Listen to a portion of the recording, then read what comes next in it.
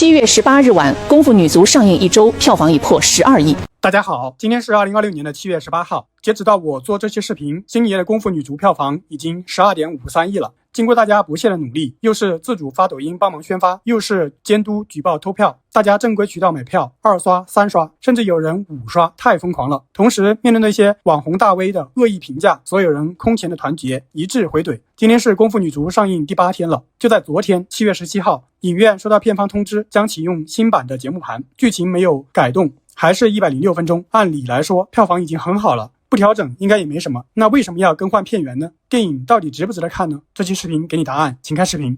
当我看到这一幕的时候，我就知道《功夫女足》的票房稳了。可是当我刷到很多查无此票，我的心又悬起来了。根据看看新闻的报道，电影《功夫女足》7月11号上映以来，多地的观众爆出买到手的是手写票、空白票的情况。观众实打实掏了钱，票房却没有被正经的算进去。大家感到疑惑的同时，这片方直接甩出了一套组合拳。根据长江云新闻的报道，南京某影院工作人员证实，影院已经收到片方通知，7月17号起启用新版的节目盘，影片时长依旧106分钟，剧情内容没有改动。那按理来说，票房已经很不错了，大可不必冒这个险。可是导演周星驰偏要较这个真，一头较的是作品的真，特效重做、节奏重剪、音轨重混，把仓促提档留下的遗憾一一补全；另一头较的是规矩的真，新版直接从技术源头掐断偷漏票房的操作空间。那就像网友说的，别人拍戏为了赚钱，星爷是为了不辜负买票的人。面对这波操作，评论区反而更燃了，合着我之前看的成绝版了，决定了这周末再看一遍。我11号吃了一顿大餐，17号再去大吃一顿，大家直接把二刷的必要性拉满了。我说真的，我票都提前买好了。这次二刷呢，我就盯着2件事。之前有吐槽说这几个主演演得太像周星驰，模仿痕迹太重，但其实我刷到很多的花絮，为了这股心理腥气，他们背地里下了很多的笨功夫。说真的啊，以前我对热巴的印象就是漂漂亮亮的红毯女神，结果这一次一出场，活脱脱一个晒得黝黑的体育生，我当场是看愣了，他到底是怎么做到的？我先讲个小八卦，当初制片人打电话过来，他还以为是骗子，直到电话那头传来了星爷的声音，喊了一声热巴呀，他整个人懵了，他没等对方说一句，他先问了一句，导演要我进组前做点什么吗？这星爷就说，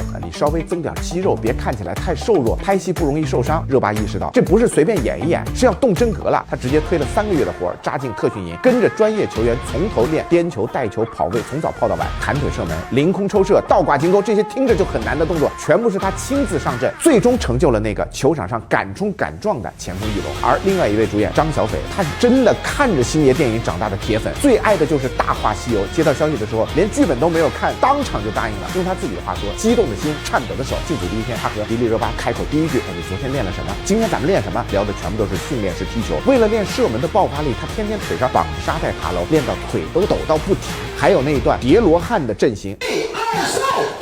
不是特效，最下面他吊着威亚，直接稳稳的一个悬空一字马，上面还叠着2个人，花絮放出来，大家都看傻了。还有张艺兴，他儿时的梦想就是能够跟星爷合作一次，不管是拍他的电影还是一起拍一部，都算是圆梦。为了圆这个梦，他是真的一点偶像包袱都没剩。那个肿脸特效妆、厚乳胶虎半张脸，闷的是喘不过气来，口水根本兜不住，他自己都调侃嘴巴一直在下雨，就这么顶着妆一遍一遍的拍，完全豁出去了。挨打戏、摔戏全部都是自己上，本来是舞台上闪耀的爱豆，到了这儿成了又怂又憨的三叔公。很多人说他们刻意模仿，演的什么心理腥气，我倒是觉得这更像是一种真诚的致敬。当年坐在电视机前跟着星爷电影笑的小孩，长大以后真的就站在了偶像的片场里，想想都觉得浪漫，真让人羡慕嫉妒，没有恨啊。当被问起跟周星驰拍喜剧到底有什么不一样，张小斐说，独一无二，独树一帜。星爷的喜剧像漫画，表演节奏、心理反应都要跟着调整，但是无厘头是外壳，人得是真的。热巴也说，一开始以为拍喜剧就是要刻意的搞怪呀、抖包袱啊，真的拍起来才发现根本不用，大家认认真真的演人物，本本分分走情绪，观众看着看着自然就笑了。他还说，希望大家第1遍看觉得好笑热闹，第2遍再看能够读出一点不一样的东西。而星爷在片场是什么样的？2个词儿，较真儿、细心。拍功夫动作他永远都是自己先试一遍，觉得动作太危险容易受伤，他当场就改。哪个演员状态不对，他蹲下来慢慢讲，一遍遍的示范。就连演员会不会摔着会不会磕着，他都会提前想到。张小斐就开玩笑的说，哪敢故意演不好让导演示范？不敢。可能有人会说，不就是一部喜剧吗？至于这么较真儿吗？你要是了解星爷以前拍戏的样子，就知道他一直都是这样。跑龙套的时候就因为一句台词不满意，收工后又打车回到片场求一次重拍的机会。拍功夫的时候，一个普通镜头他能够 NG 几10遍。拍唐伯虎点秋香，短短几秒的吐血，他拍了整整3天。拍美人鱼那场吃鸡的戏 NG 了上千次，吃掉了100多只鸡，拍到演员看到鸡肉就反胃。他常说一句话，观众看不出来，但是我知道差一点就不是那个味儿了。就像这部片子峨眉队队明明赢了球，我们都不记得最后比分了，但是我们都记得那一本写满了输的字典。周星驰这一次的中途换片，说白了就是一个原因，他信观众，他信观众能够看出特效细微的差别，能够读懂角色里的软和硬，更愿意为一份认真买单。星爷今年64岁了，拍了一辈子喜剧，从跑龙套的小人物到华语喜剧的标杆，到今天还在跟细节死磕，还在跟自己较劲儿，为什么？因为他心里清楚，观众的眼睛是亮的，你用了几分心，大家就能够接住几分意。你不糊弄观众，观众就不会辜负你。这就是一场双向的奔赴。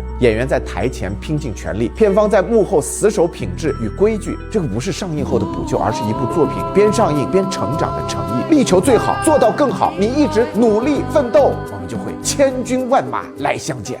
夸的骂的都有，功夫女足到底值不值得看？今天来聊一下我的真实感受。首先呢，这个电影真的很周星驰啊！开篇的武打神配曲《闯将令》，这旋律一响，瞬间都有那味儿了。叙事脑洞上面，梨花队的美瞳大法迷惑全场，珊瑚队的6人叠罗汉巨人射门，大河队甚至可以猛兽化形，更令人津津乐道的是全片彩蛋越扒越有，直线重炮射门，一眼梦回，少林足球的大力金刚腿，奔雷腿，凌波微步，天外飞剑，这全都是刻在国人 DNA 里的武侠梗。海边特训，弧线射门，双人幻影球，是不是我们童年看的足球小将？还有代号懂的都懂啊，峨眉就是峨眉，对手是豺狼虎豹来势汹汹，但是我们有真功夫，恒河队、梨花队、大河队想打哪个就打哪个。不少观众看完以后都说，这剧情啊是照着2022年女足亚洲杯写的，王霜带伤上阵，3比2逆转夺冠，一模一样的逆风破阵，绝境翻盘。还有观众把那个20号球衣腾空的镜头解读为我们的飞机隐身的浪漫，大家各有各的发现，各有各的燃点。全片最催泪的彩蛋放在片尾，周星驰和林子聪穿着少林足球的球衣同框，林子聪向左移了一个位置，坐到了周星驰的身边，这个中间明显空了一个位置。屏幕上没有一个字提到吴孟达，但是所有的人都看懂了，那就是留给大叔的。这些都是无心的巧合，还是刻意埋的线？没有人能够给出标准答案。你说它是什么，它就是什么。如果说好电影应当有情怀，但是光靠情怀肯定是做不出好电影。这部电影真正打动我的是人到中年学会放下执念。25年前，少林足球喊的是做人如果没有梦想，跟咸鱼有什么分别？是满腔热血，不甘平庸，拼尽全力，要向世界证明自己。25年后，功夫女足说的却是踢球就是为了踢球，是单纯享受热爱本身。这2句话之间藏了一个男人25年间的人生，从被神化到被苛责，从喜剧之王到被朝江郎才尽，他终于不再拧巴着要证明什么了。注意啊，我马上要剧透了。就像蔡思贝饰演的守门员，他是一个盲人队医，所有人都接不住的球，他背身反手一挡，在众多幻象中精准地捕获了那颗球。这不就是我们大多数人的困境吗？现实的生活让人眼花缭乱，但是当我们闭上眼睛，用心去感受，反而能够做到去伪存真。就像那一句 Be water, my friend。 到底是5个字还是2个字并不重要，心如止水，以不变应万变，反而更加容易的绕过生活里滚滚而来的巨石，这才是人生的至高境界。当然，你要问这个片子有没有瑕疵，可能是我职业病式的敏感，节奏快了一点，故事铺垫少了一点，细节刻画略微单薄了一点。那种小人物在困顿屈辱的境界里，用极致认真的搞笑演绎不肯妥协的执拗人生，是周星驰喜剧的核心。在《大话西游》里有一句自嘲，他好像一条狗，道尽了求而不得的宿命。喜剧之王里笨拙的告白，我养你啊，说出了小人物藏在自卑里的真心。唐伯虎点秋香，别人笑我太疯癫，我笑他人看不穿，是无人懂我的孤独。九品芝麻官，要不然怎么对付那些坏人？是好人不得已变通的现实心酸。功夫，本来我要用这10块钱念书，当个医生、律师，但是为了世界和平，藏着每个普通人最初的赤诚，也道尽了理想的酸涩。星爷的巅峰作品好笑，但是远远不只有好笑。所以进场前，我也抱着功夫女足超越少林足球的期待，盼他再封神，盼他炸翻全场。我说实话，前10分钟有点难熬，怎么会有这么浮夸的表演呢？这些演员怎么这么说话？但是看到后面越看越好看，我又是笑又是哭。走出电影院，我又反思，是不是我过于苛责周星驰了？我们自以为年龄在增长，阅历在丰富，经验在增多，我们觉得自己不简单了。其实我们真的不简单了。周星驰没有变，是我们变了，他还是那么的讲义气、热心肠。曾经被奚落的许君聪被他亲自点名邀戏，在片场中放开手脚，大放异彩。几位扎根小剧场的脱口秀演员被他邀来客串圆梦，让市井里的小人物也走上了大荧幕。片场偶遇的普通群演，他耐心看完一套双截棍的表演，主动留下联系方式，把机会递到了追梦人的手里。片中大半的女足姑娘都不是科班演员，是他从全国高校球队里逐一挑出，让素人也能够占旭光灯下。淡出屏幕多年的老配角被他挨个的找上门邀约，没挑过大梁的年轻新人，他也敢把核心的角色交出去，陪着他们磨戏抠细节，给足新人成长的底底气。可是就这样的一个人，为什么总有人说他孤僻难相处，朋友少呢？我想，一个把所有热情都给了电影的人，哪还有多余的精力去应付人情世故呢？这几天我每天都精着心抓手机看票房，当我看到5亿、6亿、7亿，真的比我自己出来爆款还要高兴。我还刷到了好多的画面，几乎所有的场次笑得最疯的永远都是小朋友，他们不懂情怀，看不懂隐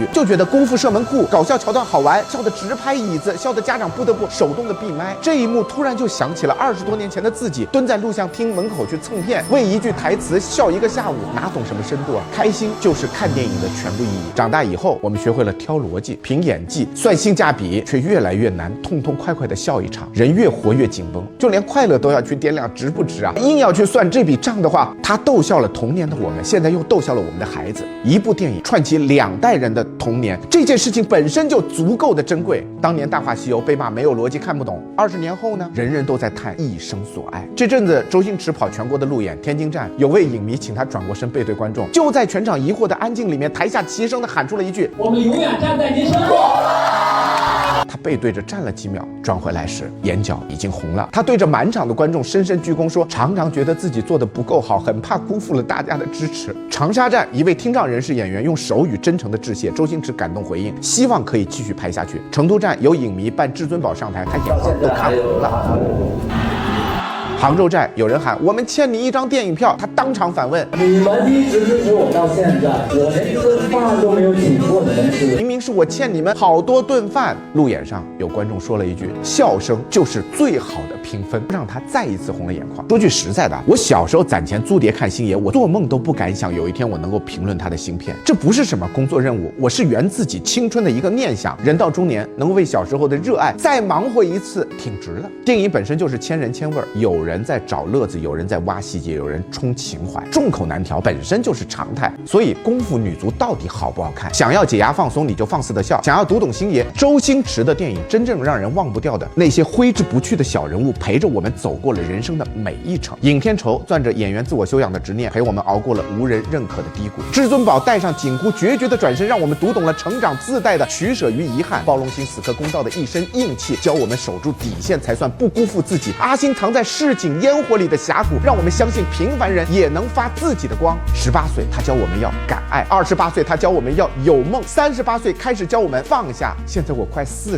岁了，再过2天过生日了。我听到他说，踢球就是踢球，活着就是活着，人生本就是一场体验，不必太执着输赢。初看不知片中意，再看已是剧中人。只要走出影院的时候你笑过，你暖过，你感触过，这张票就不算白买。7月15号曾经的搭档，后来分道扬镳的导演王晶看完片子也直言，这是周星驰近10年拍的最好的作品。更说了一句，香港电影永远值得看。一句话勾连起了一整个时代的余温，那是所有的70、80、90后共同的青春呐，是卡带里循环的粤语金曲，是录像带光盘里的港片，是一句句无厘头的台词，是一个个拼尽全力造梦的人。那个黄金年代里曾经照亮我们青春的人，一个个退到了幕后，一个个留在了过往。我们也在长大的路上，一遍遍打捞起年少的热血，一遍遍再握紧未凉的希望。我准备去2刷功夫女足，就像很多观众说的，星爷你只管拍，我们永远站在你身后。多谢你们的支持，多谢你们！不要吵了。